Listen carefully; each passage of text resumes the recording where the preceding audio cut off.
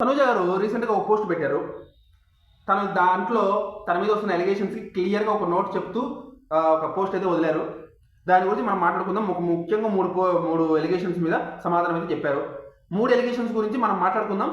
క్లియర్గా కడిగా అవతల పడేద్దాం ఈరోజు. ఆ 3 ఎలిగేషన్స్ ఏంటి అనేది చెప్తాను. First of all first 2 Kalyan Padala గురించి, 3 పవన్ సాయి గురించి లాస్ట్లో మాట్లాడుకుందాం. క్లియర్గా చెప్తాను, నీట్గా చెప్తాను, చాలా ఇంట్రెస్టింగ్ ఉంటుంది. చివరి దాకా చూడండి, మిస్ అవ్వద్దు. మీకు ఏమనిపించిందో చివరిలో ఒక కామెంట్ చేసి చెప్పండి, ఓకేనా? కళ్యాణ్ పడాలకి తనుజ గారు హోప్స్ ఇచ్చారు. కళ్యాణ్ పడాలని వాడుకొని వదిలేశారు. ఇది నేను చెప్పట్లా. కళ్యాణ్ పడాలని వెళ్ళి ఒక్కొక్కరి ఇంటికి వెళ్ళి సోఫాలో కూర్చొని చెవులు దగ్గరికి పిలిచి నన్ను తనుజ వాడుకొని వదిలేసిందిరా, నన్ను హోప్స్ ఇచ్చి వదిలేసిందిరా, మోసం చేసిందిరా, వీళ్ళు కుక్కలా తన మీద పడిపోండ్రా అని కళ్యాణ్ పడాలని చెప్పాడంట.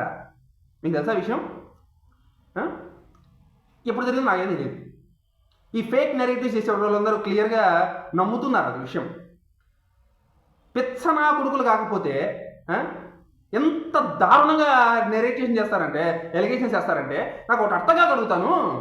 సీజన్ 9లో 3వ వారం వరకు గేమ్ ఆడకపోతే నాగార్జున క్లాస్ బీగితే 4వ వారం తను ఏడుస్తే పక్కన కూర్చోబెట్టుకొని గేమ్ ఎలా ఆడాలో చెప్పి ఫైనల్స్ వరకు తీసుకొచ్చి కప్పు గెలవడానికి కారణం ఎవరా? తనుజ కదా. మరి వాడుకుని వదిలేసిందంటారు ఏంటి? ఇంకొక ఎలిగేషన్ ఏంటంటే తనుజ గారు కళ్యాణ్ గారు ఇద్దరు ముందే మాట్లాడుకుని లోపలికి వచ్చారట. ఇది కూడా నేను చెప్పట్లా, ఇది కూడా కళ్యాణ్ పడాలని వెళ్ళి చెప్పాడు.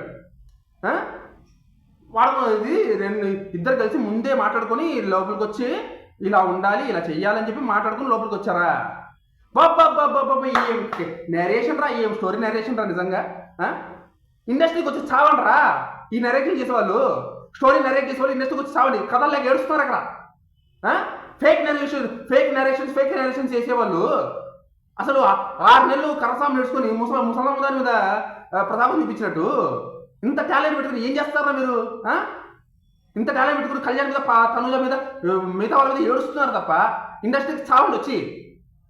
ఎవడు రాడు, ఆ దమ్ము ఎవడికి లేదు. ఇక్కడ మాత్రం ఫేక్ నెరేషన్ చేస్తాడు, ఫేక్ అలిగేషన్ చేస్తాడు, ఫేక్ స్టోరీ నరేషన్ చేస్తాడు. ఇంకొక ఎలిగేషన్ ఏంటంటే పవన్ సాయి గారు ఆయన భార్యతో విడిపోవడానికంట తనుజ పుట్టస్వామి గారు కారణం అంట. కాదు, ఈ ఒక్క మాట మాత్రం నేను ఒకటి చెప్దాం అనుకుంటున్నాను.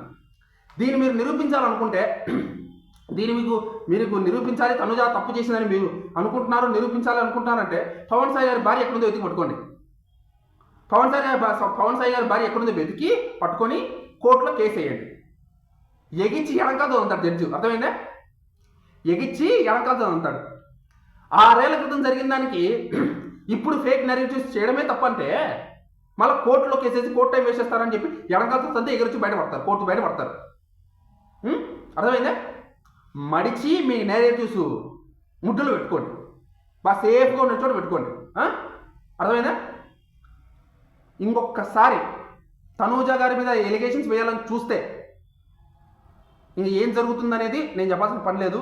ఇంకా ఇప్పటికే ఆవిడ చాలా ఇరిటేట్ అయింది. ఇంకోసారి చేయాలని చూశారంటే మాత్రం ఇంకా డైరెక్ట్గా మీరు కోర్టులో పెట్టేకాల్సిందే మీరు డైరెక్ట్గా. అర్థమైందా? ఈ రేంజ్లో ఆవిడ ఫెయిర్ కావడం ఇదే మొదటిసారి. ఇంకా ఊరుకునే ప్రసక్తే లేదు. ఆవిడ మాత్రం చాలా సీరియస్ అయింది. మీరన్నా ఇప్పటికన్నా కనీసం బుర్ర వాడండి, ఫేక్ నేరేటివ్స్ ఆపండి. ఇది చెప్దామని వీడియో చేస్తున్నాను. జై హింద్.